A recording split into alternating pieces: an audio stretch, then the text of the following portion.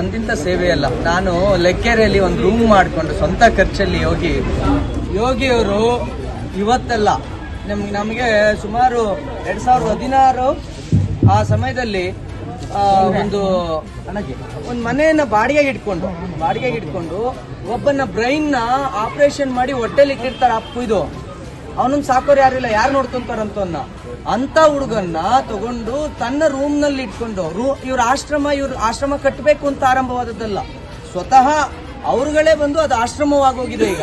ಆದ್ರೆ ಆತ ಅವರಿಗೆ ಆಶ್ರಯ ಕೊಡ್ಬೇಕು ಅಂತ ಹೇಳಿ ಅವ್ರ ಮೆದುಳು ಹೊಟ್ಟೆಲಿ ಆಪರೇಷನ್ ಮಾಡಿರ್ತಾರೆ. ಅವರನ್ನ 6 ತಿಂಗಳು ನೋಡ್ಕೊಳ್ತಾರೆ.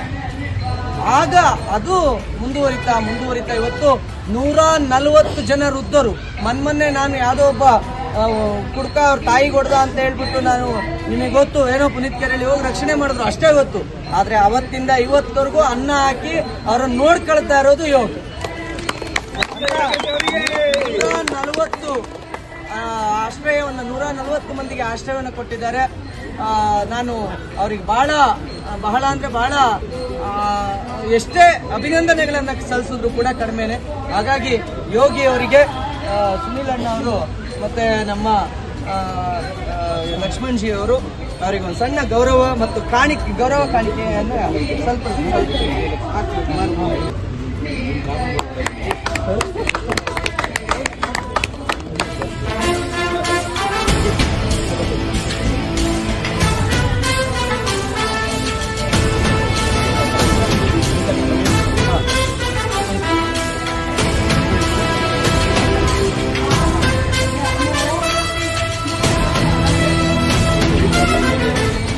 ಕರ್ನಾಟಕದಲ್ಲಿ ಇವತ್ತು ತಂದೆ ತಾಯಿಗಳನ್ನು ನೋಡ್ಕೊಳ್ಳೋಕ್ಕಾಗ್ತಿರೋಂಥ ಅವಿವೇಕಿಗಳು ತುಂಬ ಜನ ಆಗಿದ್ದಾರೆ.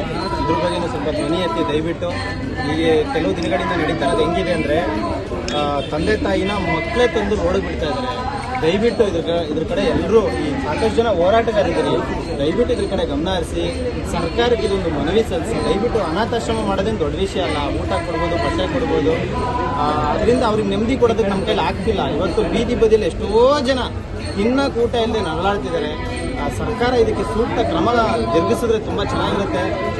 ಅನಾಥಾಶ್ರಮ ಮಾಡಿದ್ದೀವಿ ಅನ್ನೋ ಕಾರಣಕ್ಕೆ ರೋಡ್ಗೆ ಬರಲಿ ಜನ ಅಂತ ನಾನು ಹೇಳ್ತಾ ಇಲ್ಲ.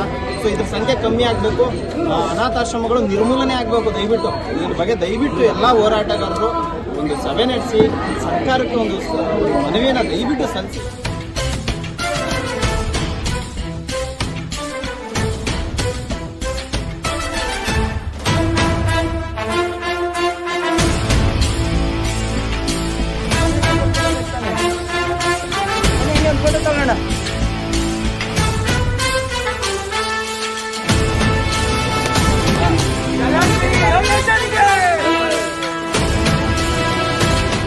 ಸೀದಾ ಕಾರ್ಯಾಲಯಕ್ಕೆ ಬನ್ನಿ, ನಿಮ್ದೇ ಗಾಡಿಲಿ ಪಿಕಪ್ ಮಾಡ್ಕೊಳ್ಳಿ, ಹೋಗ್ಬಿಟ್ಟು ಬಂದು ನನ್ನ 5ನೇ ತಾರೀಕು ಯಕ್ಷಗಾನ ಇದೆ, 5ನೇ ತಾರೀಕು, 6ನೇ ತಾರೀಕು ಭಜನೆ ಇದೆ, 7ನೇ ತಾರೀಕು ಶನಿದೇವರ ಹರಿಕತೆ ಇದೆ.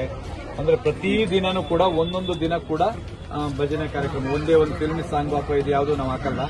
ಪೂರ್ತಿ ಧಾರ್ಮಿಕದ ಕೆಲಸನೇ ಮಾಡ್ತಾ ಇರುವಂತದ್ದು. ಇದಕ್ಕೆ ಯಾವುದೇ ಕಾರಣಕ್ಕೂ ಯಾರು ಮಿಸ್ ಮಾಡದೆ ಎಲ್ಲರೂ ಬನ್ನಿ. ಇದು ಧಾರ್ಮಿಕ ಕೆಲಸ, ಎಲ್ಲರೂ ಒಂದಾಗಬೇಕು, ಯಾರು ಕರಿಬೇಕಾದ ಅವಶ್ಯಕತೆ ಇಲ್ಲ. ನಾನು ವಕೀಲೆಯಾಗಿ ಕಾನೂನಾತ್ಮಕವಾಗಿ ಏನಾದ್ರೂ ನನ್ನ ಕೈಲಿಂದ ಸಹಾಯ ಮಾಡೋದಾದ್ರೆ ಈ ಬಜರಂಗಿ ದಳದಲ್ಲಿ ಖಂಡಿತ ನಾನು ಯಾವುದೇ ಫೀಸ್ ತಗೊಳ್ತಾರೆ ಮಾಡಕ್ಕೆ ಇಷ್ಟಪಡ್ತೀನಿ. ಚಿತ್ರದುರ್ಗ ಅವರ ಫ್ರೆಂಡ್ ಕೂಡ, ನಿಮ್ಮ ಹೆಸರು ನಿಮ್ಮ ಪರಿಚಯ ಮಾಡ್ತೀನಿ, ಅರುಂಧತಿ ನಂದಿನಿ ಅಂತ. ಇವರು ಇನ್ನೊಂದು ಹೇಳ್ತೀನಿ, ಅವ್ರು ಹೇಳ್ಕೊಳ್ಳಿಲ್ಲ ಅಷ್ಟೇ, ಮೈಸೂರಿನಲ್ಲಿ ಕಾರ್ಯಾಲಯ ಮಾಡ್ಕೊಳ್ಳೋದಕ್ಕೆ ಉಚಿತವಾಗಿ ಅವ್ರ ಜಾಗ ಕೊಟ್ಟವ್ರು ನಾವು.